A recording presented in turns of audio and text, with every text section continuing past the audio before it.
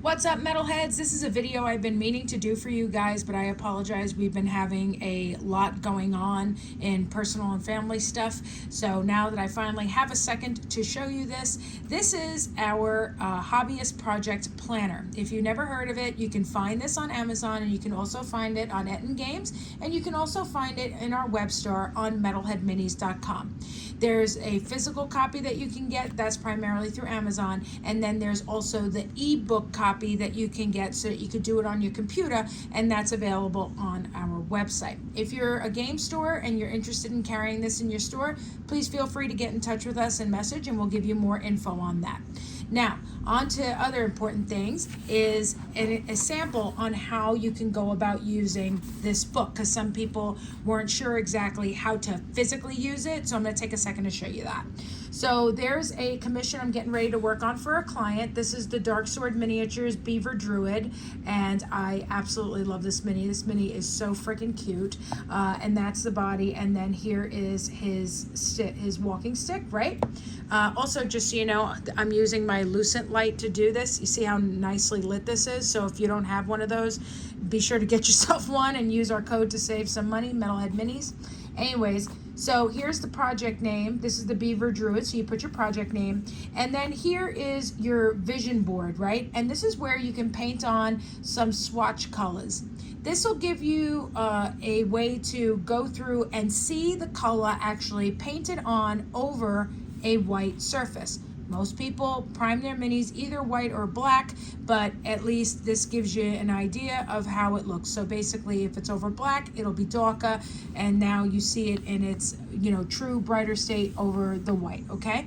So here on primary, this is for the robe. And then I put the paint name next to it. CF is Cuttlefish, just so you know. And then I put a check mark because I looked at these two colors together, and I find this would be the better one for the robe. So I put a check mark next to it.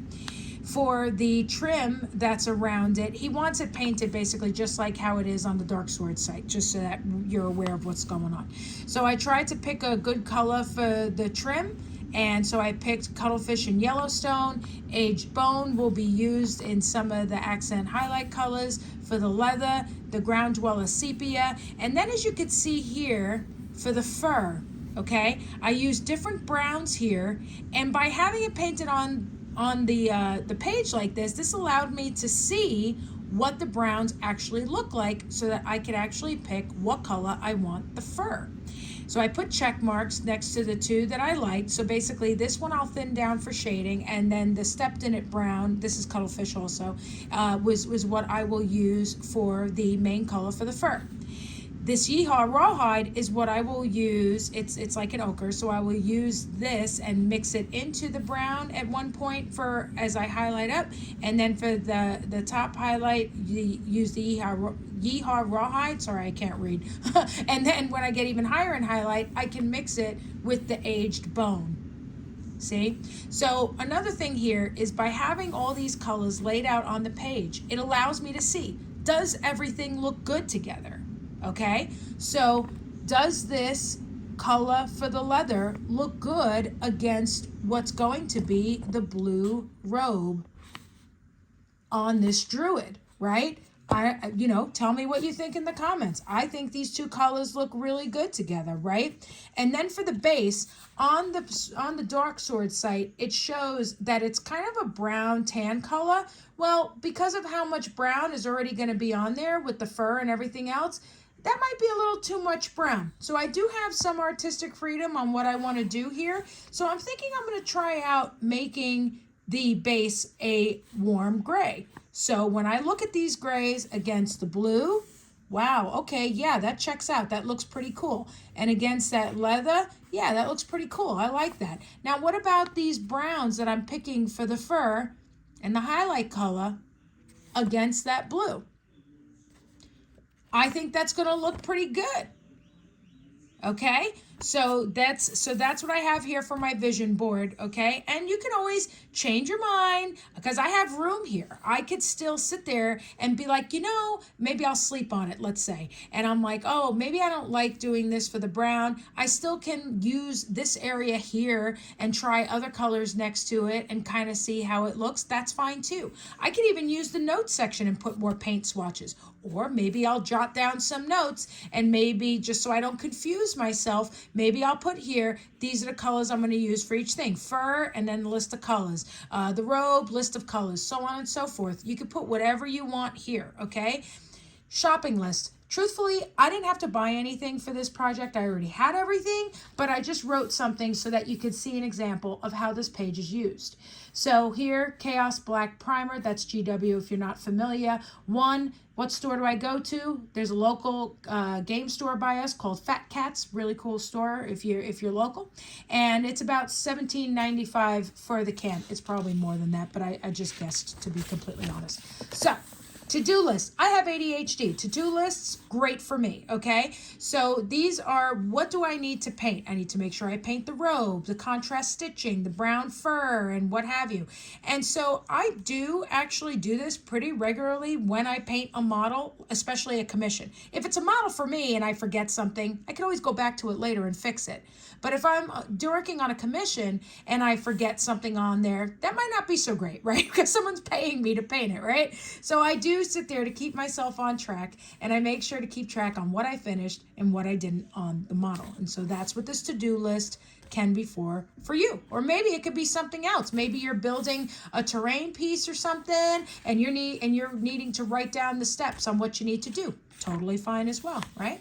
Notes. So the notes section, you could put reminders for yourself. That's what I did. That helps keep me on track. Send a photo to Jim. That's Jim from Dark Sword I'm referring to. Anytime I paint a Dark Sword model, I send him the pictures in case he wants to feature it somewhere or use it on his site. Find return shipping in the messages. This is so I don't sit there and ask him again, hey, what's your return shipping again? Now I know where it is. Don't forget to do a rotation video so that I can show you guys what it looks like on TikTok or on YouTube, right? Also, what you could put here in notes is if, say there's a different technique that I want to use, OSL, something like that. And maybe I watch a YouTube video on it and I learned something from it, and you can jot down notes of what you learned on the video, or from the video rather, and put it in these notes. And it's totally great for that, right? So that's about it for each project. Each project in the book, it's a few. On the ebook version, you would basically, you could basically type in stuff, like if you have crazy handwriting or whatever. I mean, I'm not judging, but some people can't read their own handwriting. I have a couple of my kids that are like that. And so maybe you want to type in information. As far as I know, with the ebook version, because of the program that was used for it, you can't like copy and paste a photo over to it or anything, but what you can do is you can print out the pages and then you can paint your swatches on there like that. And so by having the ebook version, you can pretty much use it for as many projects as you want, print it out as much as you want, so that's an advantage with that. The physical book, it accommodates up to 20 projects. So what you could do is, if let's say you do a ton of projects, especially if you're a commission painter or something like that, I would sit there and maybe come up with some kind of a system, if you're gonna do more than 20 projects, to like label these books or something. Like you could put a sticker on there, like even over here or something, if you're gonna put them like that. One person got more than one and does like a volume 1, volume 2. So that could be something you could do, or put different stickers. I love stickers, so I put stickers on there, stuff like that. But I hope that this video was very helpful for you. If you have other questions about how to use it and everything, please feel free to put that in the comments below and I'll be happy to answer them for you. But other than that, like I said, $12.95 on Amazon.com. We made 3 #1 lists with this book. I'm very proud to say that. So you can find it on Amazon. And you can find it at Etton Games. Like I said, they're located in the Houston area. And then also, like I said, if you're a game store and you want to carry this, let us know. And then also on metalheadminis.com, you can get the ebook version of this. Okay, so thank you guys so much for your support, and thank you so much for watching this video. I hope you get yourself a copy. If you do, take a picture and make sure to tag us, and we'll share that picture as well. So have a wonderful day. Love you guys. Bye-bye.